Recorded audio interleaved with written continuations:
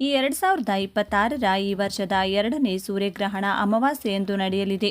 ಈ ಬಾರಿ ನಡೆಯುತ್ತಿರುವ ಈ ಸೂರ್ಯಗ್ರಹಣವು ಅತ್ಯಂತ ಭಯಂಕರ ಹಾಗೂ ಪ್ರಭಾವಶಾಲಿಯಾಗಿದ್ದು, ಕೆಲವು ರಾಶಿಯವರಿಗೆ ಅದೃಷ್ಟವನ್ನ ತಂದರೆ ಇನ್ನು ಕೆಲವು ರಾಶಿಯವರ ಮೇಲೆ ಕೆಟ್ಟ ಪ್ರಭಾವವನ್ನು ಕೂಡ ಬೀರಲಿದ್ದು, ಇನ್ನುಳಿದ ಕೆಲವು ರಾಶಿಗಳಿಗೆ ಮಿಶ್ರ ಫಲ ಇರಲಿದ್ದು, ಕರ್ನಾಟಕದಲ್ಲಿ ಈ ಸೂರ್ಯಗ್ರಹಣವು ಯಾವ ಸಮಯದಂದು ಮತ್ತು ಯಾವ ದಿನಾಂಕದಂದು ಗೋಚರಿಸಲಿದೆ, ಅದರಲ್ಲೂ ವಿಶೇಷವಾಗಿ ನಮ್ಮ ಕರ್ನಾಟಕದ ಯಾವ ಜಿಲ್ಲೆಗಳಲ್ಲಿ ಗೋಚರಿಸಲಿದೆ ಹಾಗೂ ಈ ಸೂರ್ಯಗ್ರಹಣದ ಪ್ರಭಾವದಿಂದ ಯಾವ ರಾಶಿಗಳಿಗೆ ಅದೃಷ್ಟ ಮತ್ತು ಈ ಗ್ರಹಣವು ಗರ್ಭಿಣಿ ಇರುವ ಮಹಿಳೆಯರಿಗೆ ಹೇಗೆ ಪ್ರಭಾವ ಬೀರಲಿದ್ದು, ಅಗತ್ಯವಾಗಿ ತೆಗೆದುಕೊಳ್ಳಬೇಕಾದ ಮುನ್ನೆಚ್ಚರಿಕೆಯ ಕ್ರಮಗಳು ಏನೇನು ಮತ್ತು ಮನೆಯಲ್ಲಿ ಚಿಕ್ಕ ಮಕ್ಕಳಿದ್ರೆ ಅಗತ್ಯ ಕ್ರಮಗಳು ಏನೇನು ಹಾಗೂ ಗ್ರಹಣ ದೋಷದಿಂದ ಮುಕ್ತರಾಗಲು ಅನುಸರಿಸಬೇಕಾದ ಮಾರ್ಗಗಳು ಏನೇನು ಮತ್ತು ಯಾವ ರಾಶಿಗೆ ಯಾವ ಫಲ ಎನ್ನುವ ಈ ಎಲ್ಲ ಸಂಪೂರ್ಣ ಮಾಹಿತಿಯನ್ನು ತಿಳಿದುಕೊಳ್ಳಲು ತಪ್ಪದೆ ವಿಡಿಯೋಗೆ ಈಗಲೇ ಒಂದು ಲೈಕ್ ಮಾಡಿ ಹಾಗೂ ಕೊನೆವರೆಗೂ ನೋಡಿ.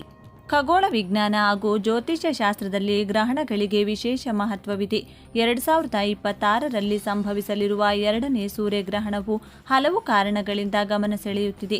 ಈ ಗ್ರಹಣ ಯಾವಾಗ ಸಂಭವಿಸಲಿದೆ, ಭಾರತದಲ್ಲಿ ಕಾಣಿಸಿಕೊಳ್ಳುತ್ತದೆಯೇ, ಸೂತಕ ಕಾಲ ಅನ್ವಯವಾಗುತ್ತದೆಯೇ ಹಾಗೂ ಯಾವ ರಾಶಿಗಳ ಮೇಲೆ ಇದರ ಪರಿಣಾಮ ಹೇಗಿರಲಿದೆ ಎಂಬ ಮಾಹಿತಿ ಇಲ್ಲಿದೆ. ಜ್ಯೋತಿಷ್ಯ ಶಾಸ್ತ್ರದ ನಂಬಿಕೆಯ ಪ್ರಕಾರ ಈ ಗ್ರಹಣವು ಕರ್ಕಾಟಕ ರಾಶಿ ಹಾಗೂ ಆಶ್ಲೇಷ ನಕ್ಷತ್ರದಲ್ಲಿ ಸಂಭವಿಸುತ್ತಿದೆ. ಜ್ಯೋತಿಷ್ಯ ಲೆಕ್ಕಾಚಾರದ ಪ್ರಕಾರ ವೃಷಭ, ಮಿಥುನ, ಕನ್ಯಾ ಮತ್ತು ತುಲಾ ರಾಶಿಯವರಿಗೆ ಇದು ಶುಭ ಫಲಗಳನ್ನು ನೀಡುವ ಸಾಧ್ಯತೆ ಇದೆ. ಆರ್ಥಿಕ ಸ್ಥಿತಿ ಸುಧಾರಿಸುವುದು, ಉದ್ಯೋಗದಲ್ಲಿ ಬಡ್ತಿ ಸಿಗುವುದು, ಹೊಸ ವ್ಯವಹಾರ ಅವಕಾಶಗಳು ದೊರೆಯುವುದು ಹಾಗೂ ಬಹಳ ದಿನಗಳಿಂದ ಬಾಕಿ ಉಳಿದಿದ್ದ ಕೆಲಸಗಳು ಪೂರ್ಣಗೊಳ್ಳುವ ಸಾಧ್ಯತೆ ಇದೆ. ಯಾರಿಗೆ ಎಚ್ಚರಿಕೆ? ಜ್ಯೋತಿಷ್ಯ ತಜ್ಞರ ಸಲಹೆಯ ಪ್ರಕಾರ ಗ್ರಹಣದ ಅವಧಿಯಲ್ಲಿ ಗರ್ಭಿಣಿಯರು ಹಾಗೂ ವಯೋವೃದ್ಧರು ಅಗತ್ಯ ಮುನ್ನೆಚ್ಚರಿಕೆಗಳನ್ನು ವಹಿಸುವುದು ಸೂಕ್ತ. ಗ್ರಹಣ ಮುಕ್ತಾಯದ ನಂತರ ದಾನ ಧರ್ಮಗಳನ್ನು ಮಾಡುವುದರಿಂದ ಸಕಾರಾತ್ಮಕ ಶಕ್ತಿಯು ಲಭಿಸುತ್ತದೆ ಎನ್ನುವ ನಂಬಿಕೆಯೂ ಇದೆ. ವಿಜ್ಞಾನದ ದೃಷ್ಟಿಯಲ್ಲಿ ಗ್ರಹಣ, ಸೂರ್ಯ, ಚಂದ್ರ ಮತ್ತು ಭೂಮಿ ಒಂದೇ ಸರಳ ರೇಖೆಯಲ್ಲಿ ಬಂದಾಗ ಸೂರ್ಯಗ್ರಹಣ ಸಂಭವಿಸುತ್ತದೆ. ಇದು ಸಂಪೂರ್ಣವಾಗಿ ಖಗೋಳ ವಿದ್ಯಮಾನವಾಗಿದ್ದು, ವಿಜ್ಞಾನಿಗಳ ಪ್ರಕಾರ ಮಾನವನ ದೈನಂದಿನ ಜೀವನದ ಮೇಲೆ ನೇರ ಪರಿಣಾಮ ಬೀರುವುದಿಲ್ಲ. ಆದರೂ ಜ್ಯೋತಿಷ ಹಾಗೂ ಧಾರ್ಮಿಕ ನಂಬಿಕೆಗಳ ಹಿನ್ನೆಲೆಯಲ್ಲಿ ಗ್ರಹಣಗಳು ಭಾರತೀಯ ಸಂಸ್ಕೃತಿಯಲ್ಲಿ ವಿಶೇಷ ಸ್ಥಾನವನ್ನು ಹೊಂದಿವೆ. ಖಗೋಳ ಆಸಕ್ತರಿಗೆ ವಿಶೇಷ ಅವಕಾಶ. ಖಗೋಳ ವಿಜ್ಞಾನಿಗಳಿಗೆ ಮತ್ತು ಆಕಾಶ ವೀಕ್ಷಕರಿಗೆ ಇದು ಮಹತ್ವದ ಘಟನೆಯಾಗಿದೆ. ವಿಶ್ವದ ವಿವಿಧ ಭಾಗಗಳಲ್ಲಿ ಈ ಗ್ರಹಣವನ್ನು ವೀಕ್ಷಿಸಲು ಹಾಗೂ ನೇರ ಪ್ರಸಾರದ ಮೂಲಕ ವೀಕ್ಷಿಸಲು ಅವಕಾಶವಿರುತ್ತದೆ. ಇಂತಹ ಅಪರೂಪದ ಖಗೋಳ ವಿದ್ಯಮಾನಗಳು ಸೌರವ್ಯೂಹದ ಚಲನೆಗಳು ಮತ್ತು ಗ್ರಹಗಳ ಸ್ಥಾನಮಾನಗಳ ಬಗ್ಗೆ ಹೆಚ್ಚಿನ ಅಧ್ಯಯನಕ್ಕೆ ಸಹಕಾರಿಯಾಗುತ್ತವೆ. ಮುಂದಿನ ಪ್ರಮುಖ ಖಗೋಳ ಘಟನೆಗಳು 2026ರಲ್ಲಿ ಸೂರ್ಯಗ್ರಹಣದ ಜೊತೆಗೆ ಚಂದ್ರಗ್ರಹಣ, ಉಲ್ಕಾಪಾತ ಮತ್ತು ಗ್ರಹಗಳ ವಿಶೇಷ ಸಂಯೋಗಗಳಂಥ ಕೆಲವು ಖಗೋಳ ಘಟನೆಗಳು ನಡೆಯಲಿವೆ. ವಿಜ್ಞಾನಿಗಳು ಮತ್ತು ಆಕಾಶ ವೀಕ್ಷಕರು ಈ ಘಟನೆಗಳನ್ನು ಕಾತರದಿಂದ ಎದುರು ನೋಡುತ್ತಿದ್ದಾರೆ. ಆಕಾಶದ ಅದ್ಭುತಗಳನ್ನು ಆಸ್ವಾದಿಸಲು ಆಸಕ್ತರು ಖಗೋಳ ಸಂಸ್ಥೆಗಳ ಪ್ರಕಟಣೆಗಳನ್ನು ಗಮನಿಸುತ್ತಾ ಇರಬಹುದು. ಜ್ಯೋತಿಷ್ಯ ಶಾಸ್ತ್ರದ ಪ್ರಕಾರ ಈ ಗ್ರಹಣವು ಕರ್ಕಾಟಕ ರಾಶಿ ಮತ್ತು ಆಶ್ಲೇಷ ನಕ್ಷತ್ರದಲ್ಲಿ ಸಂಭವಿಸುತ್ತಿರುವುದರಿಂದ ಎಲ್ಲ 12 ರಾಶಿಗಳ ಮೇಲೆ ಇದರ ಪ್ರಭಾವ ಖಂಡಿತವಾಗಿಯೂ ಇರುತ್ತದೆ. ಈ ಗ್ರಹಣದ ಸಮಯ, ಸೂತಕ ಕಾಲ ಮತ್ತು ದ್ವಾದಶ ರಾಶಿಗಳ ಮೇಲಾಗುವ ಕಂಪ್ಲೀಟ್ ವಿವರಣೆ ಇಲ್ಲಿದೆ. ಈ ಸೂರ್ಯಗ್ರಹಣವು ಕರ್ಕಾಟಕ ರಾಶಿಯಲ್ಲಿ ನಡೆಯುವುದರಿಂದ ಕೆಲವು ರಾಶಿಗಳಿಗೆ ಅದೃಷ್ಟ ತಂದರೆ ಇನ್ನು ಕೆಲವು ರಾಶಿಗಳವರು ಜಾಗರೂಕರಾಗಿರಬೇಕಾಗುತ್ತದೆ. ಶುಭ ಫಲವನ್ನು ಪಡೆಯುವ ರಾಶಿಗಳು: ಮೇಷರಾಶಿ. ನಿಮಗೆ ಆರ್ಥಿಕವಾಗಿ ಈ ಗ್ರಹಣವು ಲಾಭದಾಯಕವಾಗಿರಲಿದೆ. ಬಾಕಿ ಉಳಿದಿರುವ ಕೆಲಸಗಳು ಪೂರ್ಣಗೊಳ್ಳುತ್ತವೆ. ಉದ್ಯೋಗದಲ್ಲಿ ಬಡ್ತಿ ಮತ್ತು ಹೊಸ ಜವಾಬ್ದಾರಿಗಳು ಸಿಗುವ ಸಾಧ್ಯತೆ ಇದೆ. ಮಿಥುನ ರಾಶಿ. ಹೂಡಿಕೆಗಳಿಗೆ ಇದು ಒಳ್ಳೆಯ ಸಮಯ. ಕುಟುಂಬದಲ್ಲಿ ಸಂತೋಷ ಇರಲಿದ್ದು, ಸಮಾಜದಲ್ಲಿ ಗೌರವ ಹೆಚ್ಚುತ್ತದೆ. ಹೊಸ ಆದಾಯದ ಮೂಲಗಳು ಸೃಷ್ಟಿಯಾಗಲಿವೆ. ತುಲಾರಾಶಿ. ವ್ಯಾಪಾರ ಮತ್ತು ವ್ಯವಹಾರದಲ್ಲಿ ಉತ್ತಮ ಪ್ರಗತಿ ಕಾಣಲಿದ್ದೀರಿ. ಹೊಸ ಒಪ್ಪಂದಗಳಿಗೆ ಸಹಿ ಹಾಕಲು ಇದು ಸೂಕ್ತ ಸಮಯ. ಆರೋಗ್ಯದ ಸುಧಾರಣೆ ಕಂಡುಬರುತ್ತದೆ. ಧನುರಾಶಿ. ಆಧ್ಯಾತ್ಮಿಕತೆಯ ಕಡೆಗೆ ಒಲವು ಹೆಚ್ಚುತ್ತದೆ. ಉದ್ಯೋಗ ಬದಲಾಯಿಸಲು ಬಯಸುವವರಿಗೆ ಒಳ್ಳೆಯ ಅವಕಾಶಗಳು ಸಿಗುತ್ತವೆ. ವಿದೇಶ ಪ್ರಯಾಣದ ಯೋಗವಿದೆ. ಮಿಶ್ರ ಫಲವನ್ನು ಪಡೆಯುವ ರಾಶಿಗಳು: ವೃಷಭ ರಾಶಿ. ಸಣ್ಣ ಪುಟ್ಟ ಆರೋಗ್ಯ ಸಮಸ್ಯೆಗಳು ಎದುರಾಗಬಹುದು. ಆದಾಗ್ಯೂ ಆಸ್ತಿ ಅಥವಾ ವಾಹನ ಖರೀದಿ ಮಾಡುವ ಯೋಗವಿದೆ. ಖರ್ಚುಗಳ ಮೇಲೆ ನಿಯಂತ್ರಣವಿರಲಿ. ಕನ್ಯಾ ರಾಶಿ. ಕಠಿಣ ಪರಿಶ್ರಮಕ್ಕೆ ತಕ್ಕ ಫಲ ಸಿಗುತ್ತದೆ. ಆದರೆ ನಿಮ್ಮ ಸಂಗಾತಿಯೊಂದಿಗೆ ಸಣ್ಣ ಪುಟ್ಟ ಭಿನ್ನಾಭಿಪ್ರಾಯಗಳು ಬರಬಹುದು. ಮಾತಿನ ಮೇಲೆ ಸಂಯಮವಿರಲಿ. ವೃಶ್ಚಿಕ ರಾಶಿ. ಕೌಟುಂಬಿಕ ಜೀವನದಲ್ಲಿ ಮಿಶ್ರ ವಾತಾವರಣ ಇರುತ್ತದೆ. ಉದ್ಯೋಗಸ್ಥರಿಗೆ ಕೆಲಸದ ಒತ್ತಡ ಹೆಚ್ಚಾಗಬಹುದು, ಆದರೆ ಆರ್ಥಿಕ ಸ್ಥಿತಿ ಸ್ಥಿರವಾಗಿರುತ್ತದೆ.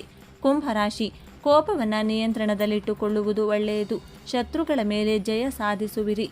ಹಠಾತ್ ಧನಲಾಭವಾಗುವ ಸಾಧ್ಯತೆಗಳಿವೆ. ಜಾಗರೂಕರಾಗಿರಬೇಕಾದ ರಾಶಿಗಳು. ಕರ್ಕಾಟಕ ರಾಶಿ, ಈ ಗ್ರಹಣವು ನಿಮ್ಮದೇ ರಾಶಿಯಲ್ಲಿ ಸಂಭವಿಸುತ್ತಿರುವುದರಿಂದ ನೀವು ಅತ್ಯಂತ ಜಾಗರೂಕರಾಗಿರಬೇಕು. ಮಾನಸಿಕ ಒತ್ತಡ, ಗೊಂದಲಗಳು ಹೆಚ್ಚಾಗಬಹುದು. ಆರೋಗ್ಯದ ಕಡೆಗೆ ಹೆಚ್ಚಿನ ಗಮನ ಹರಿಸಿ ಮತ್ತು ಯಾವುದೇ ಪ್ರಮುಖ ನಿರ್ಧಾರಗಳನ್ನು ಸದ್ಯಕ್ಕೆ ಮುಂದೂಡಿ. ಸಿಂಹರಾಶಿ, ಸೂರ್ಯನು ನಿಮ್ಮ ರಾಶ್ಯಾಧಿಪತಿಯಾಗಿರುವುದರಿಂದ ಈ ಗ್ರಹಣವು ನಿಮಗೆ ಶುಭವಲ್ಲ. ವಿನಾಕಾರಣ ಖರ್ಚುಗಳು ಹೆಚ್ಚಾಗಬಹುದು.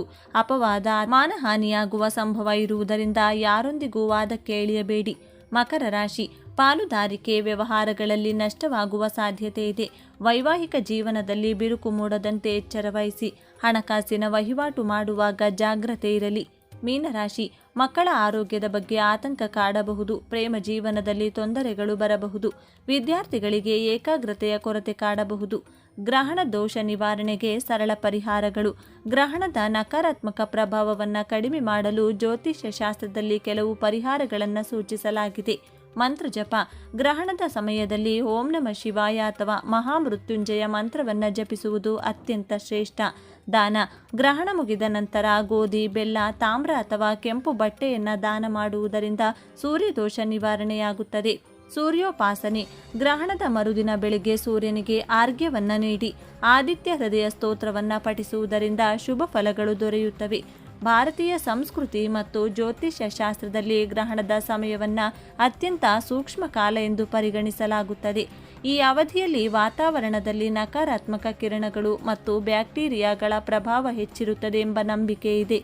ಮುಖ್ಯವಾಗಿ ಈ ಗ್ರಹಣವು ಭಾರತದಲ್ಲಿ ಕಾಣಿಸದಿದ್ದರೂ ಜ್ಯೋತಿಷ್ಯದ ನಂಬಿಕೆಗಳನ್ನು ಪಾಲಿಸುವವರು ಹಾಗೂ ವೈಜ್ಞಾನಿಕವಾಗಿ ಸುರಕ್ಷತೆಯನ್ನು ಬಯಸುವ ಗರ್ಭಿಣಿ ಮಹಿಳೆಯರು ಮತ್ತು ಚಿಕ್ಕ ಮಕ್ಕಳಿಗಾಗಿ ಕೆಲವು ಪ್ರಮುಖ ಮುನ್ನೆಚ್ಚರಿಕೆಯ ಕ್ರಮಗಳು. ಗರ್ಭಿಣಿ ಮಹಿಳೆಯರು ತೆಗೆದುಕೊಳ್ಳಬೇಕಾದ ಮುನ್ನೆಚ್ಚರಿಕೆಗಳು.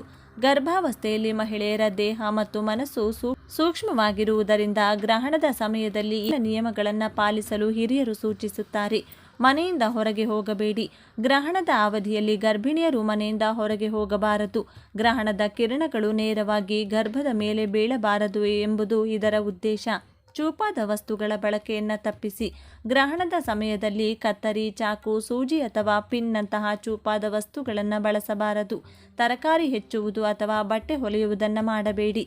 ಸಂಪೂರ್ಣ ವಿಶ್ರಾಂತಿ ಪಡೆಯಿರಿ.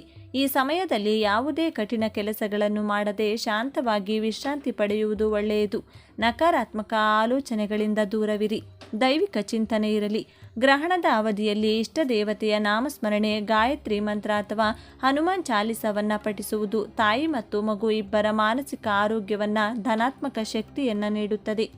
ಕಿಟಕಿಗಳಿಗೆ ಪರದೆ ಹಾಕಿ. ಹೊರಗಿನ ಬೆಳಕು ಅಥವಾ ಗಾಳಿ ನೇರವಾಗಿ ಕೋಣೆಯೊಳಗೆ ಬರದಂತೆ ಕಿಟಕಿಗಳಿಗೆ ದಪ್ಪನೆ ಪರದೆಗಳನ್ನು ಹಾಕಿರಿ. ಚಿಕ್ಕ ಮಕ್ಕಳಿಗಾಗಿ ತೆಗೆದುಕೊಳ್ಳಬೇಕಾದ ಮುನ್ನೆಚ್ಚರಿಕೆಗಳು. ಮಕ್ಕಳಲ್ಲಿ ರೋಗ ನಿರೋಧಕ ಶಕ್ತಿ ಕಡಿಮೆ ಇರುವುದರಿಂದ ಅವರ ಆರೋಗ್ಯದ ಕಡೆಗೆ ಹೆಚ್ಚಿನ ಗಮನ ಹರಿಸಬೇಕು. ಗ್ರಹಣವನ್ನು ನೇರವಾಗಿ ನೋಡಲು ಬಿಡಬೇಡಿ. ಈ ಗ್ರಹಣವು ಭಾರತದಲ್ಲಿ ಕಾಣಿಸುವುದಿಲ್ಲ. ಆದಾಗ್ಯೂ ಒಂದು ವೇಳೆ ನೀವು ಗ್ರಹಣ ಗೋಚರಿಸುವ ದೇಶಗಳಲ್ಲಿದ್ದರೆ ಯಾವುದೇ ಕಾರಣಕ್ಕೂ ಮಕ್ಕಳು ಬರಿಗಣ್ಣಿನಿಂದ ಅಥವಾ ಸಾಧಾರಣ ಸನ್ ಗ್ಲಾಸ್ ಧರಿಸಿ ಸೂರ್ಯನನ್ನು ನೋಡದಂತೆ ತಡೆಯಿರಿ. ಇದು ಅವರ ಕಣ್ಣಿನ ದೃಷ್ಟಿಗೆ ಹಾನಿ ಮಾಡಬಹುದು. ಹೊರಗೆ ಆಟವಾಡಲು ಬಿಡಬೇಡಿ. ಗ್ರಹಣದ ಸಮಯದಲ್ಲಿ ಮತ್ತು ಅದಕ್ಕಿಂತ ಸ್ವಲ್ಪ ಮುಂಚೆ ಮಕ್ಕಳನ್ನು ಮನೆಯಿಂದ ಹೊರಗೆ ಆಟವಾಡಲು ಕಳಿಸಬೇಡಿ. ಅವರನ್ನು ಮನೆಯ ಒಳಗೆ ಸುರಕ್ಷಿತವಾಗಿರಿಸಿ. ಮಲಗುವ ಮುನ್ನ ಎಚ್ಚರ. ಈ ಗ್ರಹಣವು ರಾತ್ರಿಯ ಸಮಯದಲ್ಲಿ ಸಂಭವಿಸುವುದರಿಂದ ಮಕ್ಕಳು ಸಾಮಾನ್ಯವಾಗಿ ಮಲಗುತ್ತಾರೆ. ಅವರು ಮಲಗುವ ಕೋಣೆಯ ಕಿಟಕಿಗಳು ಸಂಪೂರ್ಣವಾಗಿ ಮುಚ್ಚಿವೆಯೇ ಎಂಬುದನ್ನು ಖಚಿತಪಡಿಸಿಕೊಳ್ಳಿ. ಆಹಾರ ಮತ್ತು ನೀರಿನ ನಿಯಮಗಳು. ಶಾಸ್ತ್ರಗಳ ಪ್ರಕಾರ ಗ್ರಹಣದ ಸಮಯದಲ್ಲಿ ಆಹಾರ ಸೇವಿಸುವುದನ್ನು ನಿಷೇಧಿಸಲಾಗಿದೆ. ಆದರೆ ಗರ್ಭಿಣಿಯರು, ಮಕ್ಕಳು ಮತ್ತು ರೋಗಿಗಳಿಗೆ ಇದರಲ್ಲಿ ವಿನಾಯಿತಿ ಇದೆ. ಅವರು ಈ ಕ್ರಮಗಳನ್ನು ಅನುಸರಿಸಬಹುದು. ದರ್ಬೆ ಅಥವಾ ತುಳಸಿ ಎಲೆಯ ಬಳಕೆ. ಗ್ರಹಣ ಆರಂಭವಾಗುವ ಮುನ್ನವೇ ಮನೆಯಲ್ಲಿರುವ ಕುಡಿಯುವ ನೀರು, ಹಾಲು ಮತ್ತು ಸಿದ್ಧಪಡಿಸಿದ ಆಹಾರ ಪದಾರ್ಥಗಳಿಗೆ ತುಳಸಿ ಎಲೆ ಅಥವಾ ದರ್ಬೆಯನ್ನು ಹಾಕಿಡಬೇಕು. ಇದು ಆಹಾರವು ಕಲುಷಿತಗೊಳ್ಳದಂತೆ ತಡೆಯುತ್ತದೆ ಎಂದು ನಂಬಲಾಗಿದೆ. ತಾಜಾ ಆಹಾರ ಸೇವನೆ. ಗರ್ಭಿಣಿಯರು ಮತ್ತು ಮಕ್ಕಳಿಗೆ ಹಸಿವಾದರೆ ಗ್ರಹಣದ ಸಮಯದಲ್ಲಿ ಹಣ್ಣುಗಳು ಅಥವಾ ಹಗುರವಾದ ಆಹಾರವನ್ನು ನೀಡಬಹುದು. ಆದರೆ ಗ್ರಹಣ ಮುಗಿದ ನಂತರ ಆಹಾರವನ್ನು ಸೇವಿಸಬಾರದು. ಮರುದಿನ ಬೆಳಗ್ಗೆ ತಾಜಾ ಆಹಾರವನ್ನೇ ತಯಾರಿಸಿ ಸೇವಿಸಬೇಕು. ಗ್ರಹಣದ ನಂತರದ ಜಾಗೃತಿ. ಗ್ರಹಣ ಮುಗಿದ ಮರುದಿನ ಬೆಳಿಗ್ಗೆ ಇಡೀ ಮನೆಯನ್ನು ಸ್ವಚ್ಛಗೊಳಿಸಿ ಮನೆಯವರೆಲ್ಲರೂ ಸ್ನಾನ ಮಾಡಿ ದೇವರಿಗೆ ಪೂಜೆ ಸಲ್ಲಿಸಿದ ನಂತರವೇ ದೈನಂದಿನ ಅಡುಗೆ ಕೆಲಸಗಳನ್ನು ಆರಂಭಿಸಬೇಕು.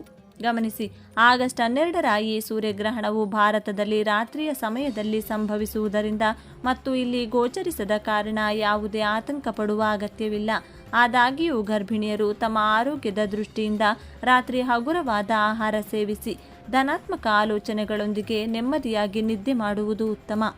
ಆಗಸ್ಟ್ 12, 2026 ಬುಧವಾರದಂದು ಗ್ರಹಣದ ಆರಂಭ ರಾತ್ರಿ 9:04 ಆರಂಭವಾಗಿ ಗ್ರಹಣದ ಅಂತ್ಯ ಮಧ್ಯರಾತ್ರಿ ದಾಟಿ 4:25.